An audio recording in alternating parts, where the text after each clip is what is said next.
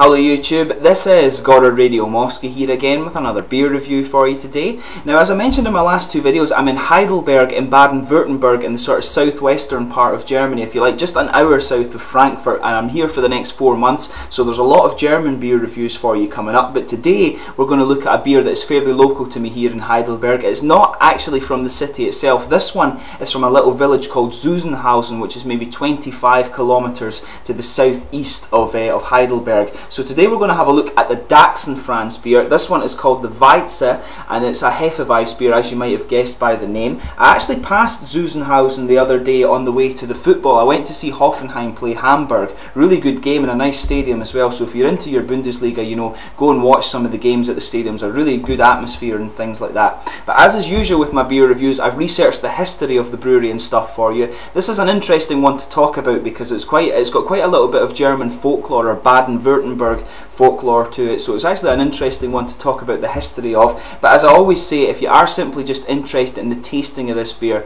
then feel free to go on towards the latter part of the video and you will catch that particular segment. But for those of you who are interested in the history, let's just go through this here. But the brewery, as I mentioned, is actually named after a famous hunter called the Dachsenfranz, but his real name was Francesco Regali, and he was born in 1840 in Italy, but his birth and death places are actually unknown, although it is actually well known that he was Italian. In the latter 19th and early 20th century, he was known to frequent the Kraichgau region in northern Baden, just sort of around the Frankfurt region here, of course. But as a young man, the Dachsenfranz fought in the Italian independence wars under Giuseppe Garibaldi, but he fled after he and a fellow soldier had a disagreement with a superior officer, and apparently the other soldier, if you like, reportedly killed this superior officer, and this led them both to flee this Italian army, of course.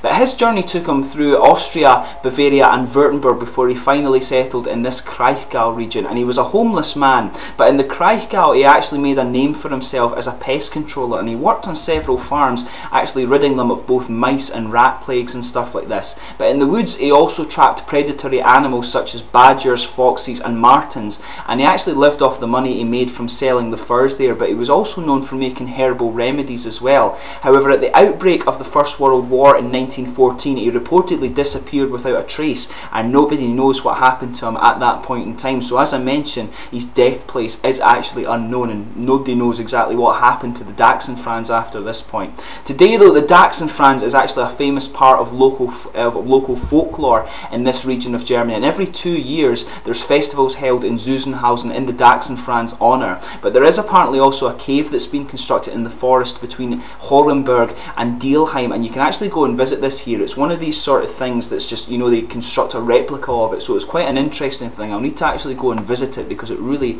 isn't very far away from me here. But to move on to the actual history of the brewery itself here, this brewery originated from the Eagle Brewery in Zuzenhausen, and this is actually the oldest establishment in this village of Zuzenhausen there, and it started in 1832 when Jörg Oblander was granted the right to brew beer, and he was soon joined by Heinrich Werner, and they composed the first generation of brewers at the Eagle Brewery. In 1867 the brewery was taken over by Heinrich's son Karl, and in 1910 this saw Otto Werner enter the fold as the fourth generation of the family taking control of this brewery, obviously.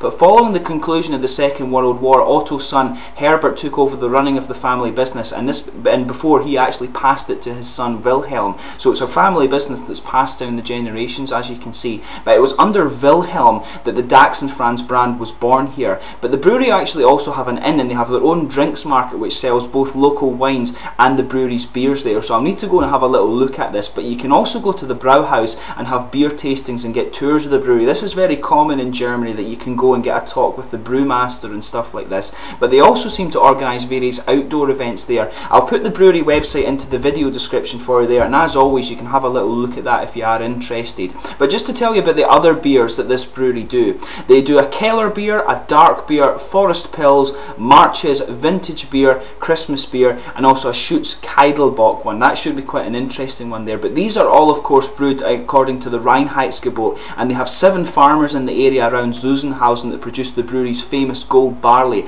and all hops are brought in from the Hallertau and Tecknang regions of Germany. Very famous of course for their hops. A lot of American craft breweries actually import these, as well as New Zealand hops, and of course hops from just other parts in the United States as as well. But all of their beers are actually pasteurised and cold fermented at temperatures of between 4 and 19 degrees and 4 and 9 degrees Celsius, sorry there. So quite an interesting little brew process they've got there. But let's get on with the tasting of this beer, just so you know what exactly type of beer this one is. This is a 5.3% Naturtrüb Hefeweizen. As I've mentioned in my other videos, the three main Hefeweizens that you get in Germany, you get the Dunkel, which is the dark one, the Naturtrüb, which is the unfiltered one, and you get the Kristall, which is the one that's obviously filtered and you can see through it. So it's a quite good way to remember it here. But let's get this guy open and get on with the tasting here. I'll just let you have a little look at the bottle and cap of this one as well, as I like to do. I'll just bring up the camera and make sure you're seeing that there. You can see the picture of the Dachsenfranz on it there. This is quite a nicely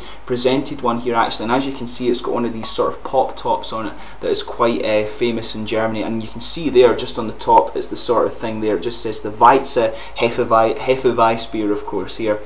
And you can see the sort of nice cornfields and stuff on the back of the label there. I think I've just seen it there, the brewery with love, and I'm not sure what seal it is, but you can see quite a nice presentation of the bottle there. But as I like to do with these beers, I like to see how big the bang is when you open these things. It's quite funny to scare people with it, but it's good. Let's get this guy open. That's a good one. I like that one. But let's get this guy out and get on with the thing. As you can see, it was quite keen to escape there. Just make sure there's not so much of a head on this one.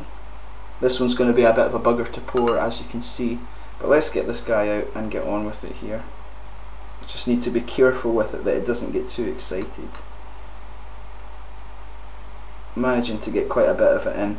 That'll do just now. We'll just let it get settled. But as you can see, as you would expect from the Naturtrüb Hefeweizen, if I put my finger behind it, you can't see it. I can't see my fingers very much if I put it on the other side. There's a good bit of sediment in there, as I can see particles floating around. Massive head on it, quite fluffy, as you would expect from this style of beer. There's a lot of carbonation in this one, which is what you would kind of expect from Hefeweizens. The other Hefeweizen beer I did for you is actually quite smooth, which wasn't really what I expected from the style at all. But let's see if we can get more of this guy in and actually get on with the tasting here.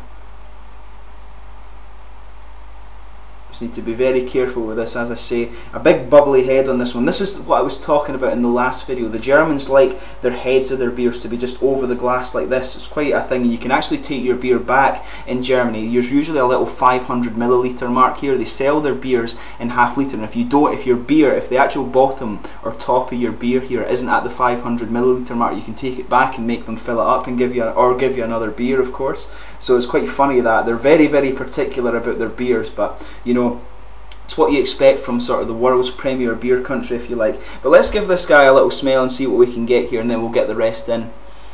But yeah, the typical smells you would expect of a Hefeweizen. Very, very wheaty. You've got a nice malty aroma there as well. Your citrus and banana notes. It's a very typical smell in Hefeweizen. The yeasty smell that you're getting off this as well is actually quite unique, but it really does have the sort of characteristics you would expect of the German Hefeweizen there.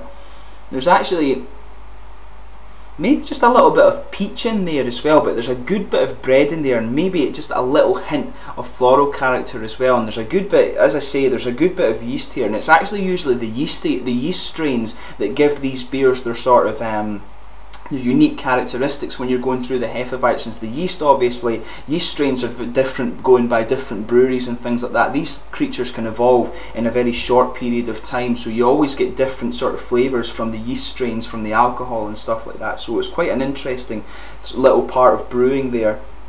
Let's just get the last little bit of this out and we'll close it up, as the Germans like to do with their beer. We'll just check that this is in the right position for my thing before we get on with the tasting. There you go, it's all good. So yeah, as you can see, very, very nice looking beer. Maybe a bit of finger's head after a little while of fanning about and getting this out. But let's get on with the tasting here.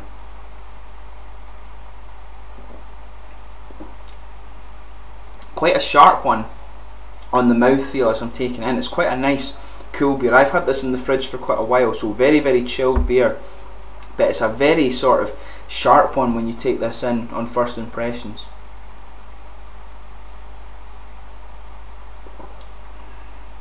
But yeah, you've got sweet wheat flavours up front actually, and then the nice bready and yeasty flavour comes in after that, but it comes in actually very, very sweet.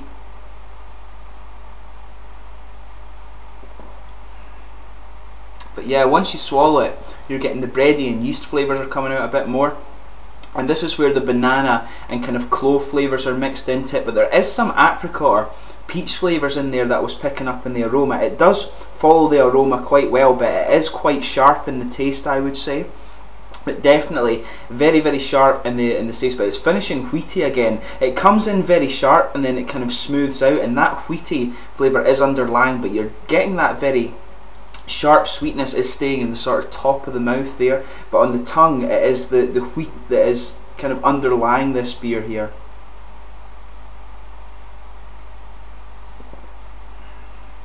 But yeah, there's a bit of a kind of light bitterness to it, but like I say, the surprising element to this is how sharp it actually enters there, and this is where you're getting a lot of maybe kind of peachy and citrusy flavours at the start before it smooths out into the kind of bready and yeasty banana flavours that you expect from a Hefeweizen. It finishes slightly dry, I would say, and there's a little bit of sour character to it. Maybe that's actually a good way to kind of describe the sort of sharp opening to it. Maybe just a little bit sour actually.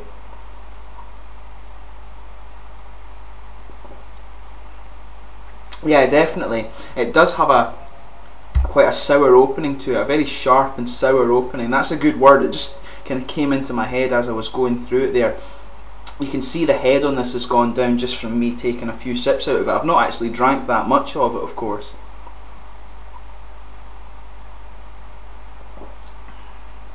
But yeah, kind of good bit of sour quality to it, but the kind of bready and yeasty ones here, bread and yeast is underlying, and the sort of sweetness is sticking to the top of the mouth, but you've got the nice wheaty, banana, bready, yeasty flavours that stay on the tongue here. In terms of being of a Hefeweizen, in my opinion, it's unusual to have that sort of sour character to it, but it's not. I'm not particularly keen on sour beers, in my opinion. People who like that little element to it will probably quite like this beer quite a lot.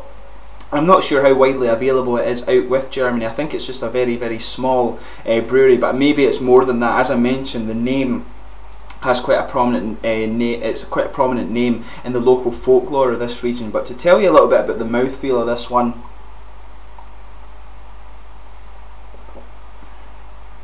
the sour opening that I'm mentioning there makes it a little bit heavier than it really is. I think it makes me want to say more mid to full bodied, but I think really a more accurate description is probably more light to mid bodied, if that makes sense. It's not as heavy as some Hefeweizens, and the carbonation is actually quite sharp on it, and it's crisp, and it's actually quite drinkable, but that sour character on it makes it seem a little bit heavier than it is in a way. Overall, it's quite an interesting Hefeweizen. It's different from what I've had before, and if you like your sour beers, it definitely is worth trying. The sour beer element isn't something that I quite like. I've had a lot of beers in the Brewdog brew pubs, for example, that the fruit comes out just a little too much and it makes it sour, and it's not something I'm really into when it comes to beer. I don't like having a really sort of a really sour and fruity character to it, but overall, if you like that sort of thing and you like the Hefeweizen style beer, it's a nice little combination. I think this beer is one that you would maybe have to taste first and persevere with a little while and let it grow on you.